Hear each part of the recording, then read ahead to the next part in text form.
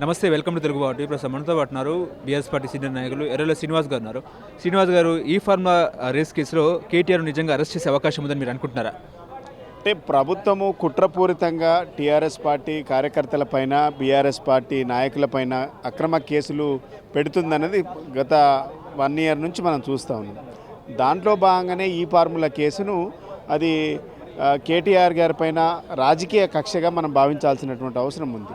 ఇలా కేటీఆర్ గారిని అరెస్ట్ చేయడానికి, ఇబ్బంది పెట్టడానికి, బీఆర్ఎస్ పార్టీ శ్రేణులను మానసిక స్థైర్యం దెబ్బతీయడానికి రకరకాలుగా ప్రయత్నాలు కాంగ్రెస్ ప్రభుత్వం చేస్తున్న దానికి మనకు అనేక ఉదాహరణలుగా చెప్పుకోవచ్చు. దాంట్లో భాగంగానే ఇలా కేటీఆర్ గారిని విచారణకు పిలిచిండ్రు. న్యాయస్థానం మీద, చట్టం మీద గౌరవం ఉండి కేటీఆర్ గారు వెళ్ళినప్పుడు మేము అడ్వకేట్ను రానియమని చెప్పడం అనేది ఏంటండి? ఇలా కవిత గారి కేసులో కూడా అడ్వకేట్ని సిబిఐ కూడా అనుమతించింది కదా. ఇలా అనుమతించినటువంటి కేసులు చాలా ఉంటాయి. ఇలా భారత రాజ్యాంగంలోని ఆర్టికల్ 21 ప్రకారం ఖచ్చితంగా అడ్వకేట్ను వెంటబెట్టుకోవచ్చు అనేటువంటి చట్టంలోనే చెప్తా ఉన్నది. అంటే మీరు ఏం చేయదలుచుకున్నారు అంటే ఒక భయానక వాతావరణాన్ని సృష్టించి ఇలా అక్రమంగా కేసులు పెట్టేటువంటి దురుద్దేశం చాలా స్పష్టంగా కనబడుతుంది. అంటే ప్రభుత్వము దురుద్దేశం కేసు, అక్రమ కేసులు, ఇది ఉద్దేశపూర్వకంగా కక్ష సాధింపుల కేసు అనేది రాజకీయ కక్షగా చాలా స్పష్టంగా అర్థమవుతా ఉన్నది. అంటే దుర్వినియోగం నిజంగా జరగకపోతే కేటీఆర్ ఎందుకు మళ్ళీ విచారణకు రాకుండా వెనుదిరిగారని చెప్పేసి కాంగ్రెస్ వాళ్ళు చెప్తున్నారు. ఎవరు వెనుదిరిగిండ్రు? మీరే కదా అడ్డుకున్నది. ఇప్పుడు విచారణకు పిలిచింది మీరు. విచారణకు చట్టం మీద గౌరవం ఉండి హాజరైనాక అర్ధగంట సేపు కారులో కూర్చున్నారు. పోలీసులు మీరే అనుమతించలేదు. ఇంకా కాంగ్రెస్ వాళ్ళు ఇంకెన్ని చిల్లర మాటలు మాట్లాడతారు? అసలు మీ దగ్గర అడ్మినిస్ట్రేషను పోలీసు వాళ్ళతో చేయించట్లేదు. అడ్మినిస్ట్రేషన్ కాంగ్రెస్ పార్టీ చేస్తూ ఉంది. నిజంగా లా అండ్ ఆర్డర్ ఎవరి కంట్రోల్ ఉండాలి? పోలీస్ కంట్రోల్ ఉండాలి. లా అండ్ ఆర్డర్ ఎవరి కంట్రోల్ ఉంది? లీడర్ కంట్రోల్ ఉంది. ఇలాంటి ఇలా ఏసీబీ సంస్థ అనేది ఒక ప్రత్యేకమైనటువంటి దాని స్వతంత్ర ప్రాతిపదికన ఉండేటువంటి సంస్థ. దాని విధులు వాళ్ళని నిర్వహించట్లేదు. ఆ విధులను కాంగ్రెస్ పార్టీ నిర్వహిస్తూ ఉంది. ఇది మంచి పద్ధతి కాదు.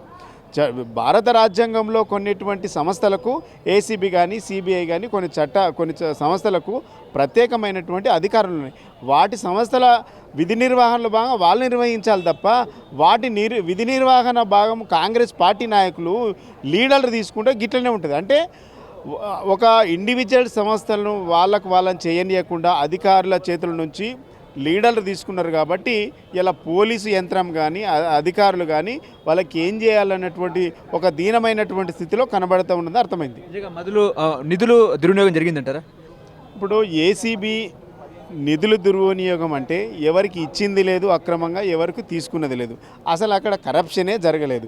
ఇచ్చినటువంటి సంస్థ, తీసుకున్నటువంటి సంస్థ రెండు బరాబర్గా చాలా క్లియర్గా లీగల్గా ఉన్నాయి. అంటే ఇలా ఇల్లీగల్గా కాంగ్రెస్ ప్రభుత్వమే కక్షపూరితంగా, ఉద్దేశపూర్వకంగా ఇల్లీగల్గా ఏదైనా సృష్టించి ఇలా ఇరికించాలనేటువంటి కుట్ర చాలా స్పష్టంగా కనబడుతూ ఉన్నది. ఇలా కరప్షన్ జరిగినప్పుడు ఏసీబీ అవసరమే లేదు. అయినా చట్టం మీద గౌరవం ఉండి మా నాయకులు అక్కడికి వెళ్ళిండ్రు. ఇలా దాన్ని ఉద్దేశపూర్వకంగా, దురుద్దేశపూర్వకంగా మార్చడానికి కేసు దాంట్లో ఇంకా లోతుపాతులు చూడకుండానే ఉద్దేశపూర్వకంగా డైవర్ట్ పాలిటిక్స్ కాంగ్రెస్ ప్రభుత్వం చేస్తూ ఉన్నది. కేటీఆర్ని అరెస్ట్ చేసి ఏంటి పరిస్థితి? కాంగ్రెస్ ప్రభుత్వము చేయాలని అనుకుంటుంది, ఎప్పుడైనా చేస్తుందని అనుకుంటున్నాం మేము. ఏదో ఒక కేసు పెట్టి ఇలా రైతు బంధు కానీ, రైతు రుణమాఫీ కానీ అనేక కాంగ్రెస్ ప్రభుత్వ హామీలను డైవర్ట్ చేస్తుంది. కాబట్టి ఆ డైవర్ట్ మీద మా పార్టీ నాయకులు హరీష్ రావు గారు, కేటీఆర్ గారు ఎప్పటికప్పుడు మా పార్టీ నాయకులు, ముఖ్యులు అందరం కూడా మేము వ్యతిరేకిస్తూ ఉంటే, నిలదీస్తూ ఉంటే ఈ డైవర్ట్ పాలిటిక్స్ కోసం మాత్రమే కాంగ్రెస్ ప్రభుత్వం అడుగున ఇట్లాంటి డైవర్ట్ పాలిటిక్స్ చేస్తూ ఉన్నది. మీరు కూడా కేటీఆర్ అరెస్ట్ చేయాలని అనుకుంటున్నారా? మేము అనుకోవట్లేదు. కాంగ్రెస్ ప్రభుత్వము కక్షపూరితంగా అరెస్టు చేస్తుంది అని అనుకుంటున్నాం. అయినా మేము న్యాయంగా ఎదుర్కోవడానికి చాలా సిద్ధంగా ఉన్నామంటున్నాం. చేస్తే మళ్ళీ సెంటిమెంట్ ఏమైనా రెచ్చగొట్టే అవకాశం ఉందా? డెఫినెట్గా కాంగ్రెస్ ప్రభుత్వం కుట్రలను ప్రజలకు చెప్తాం. ఇక్కడ సెంటిమెంట్ లేదు.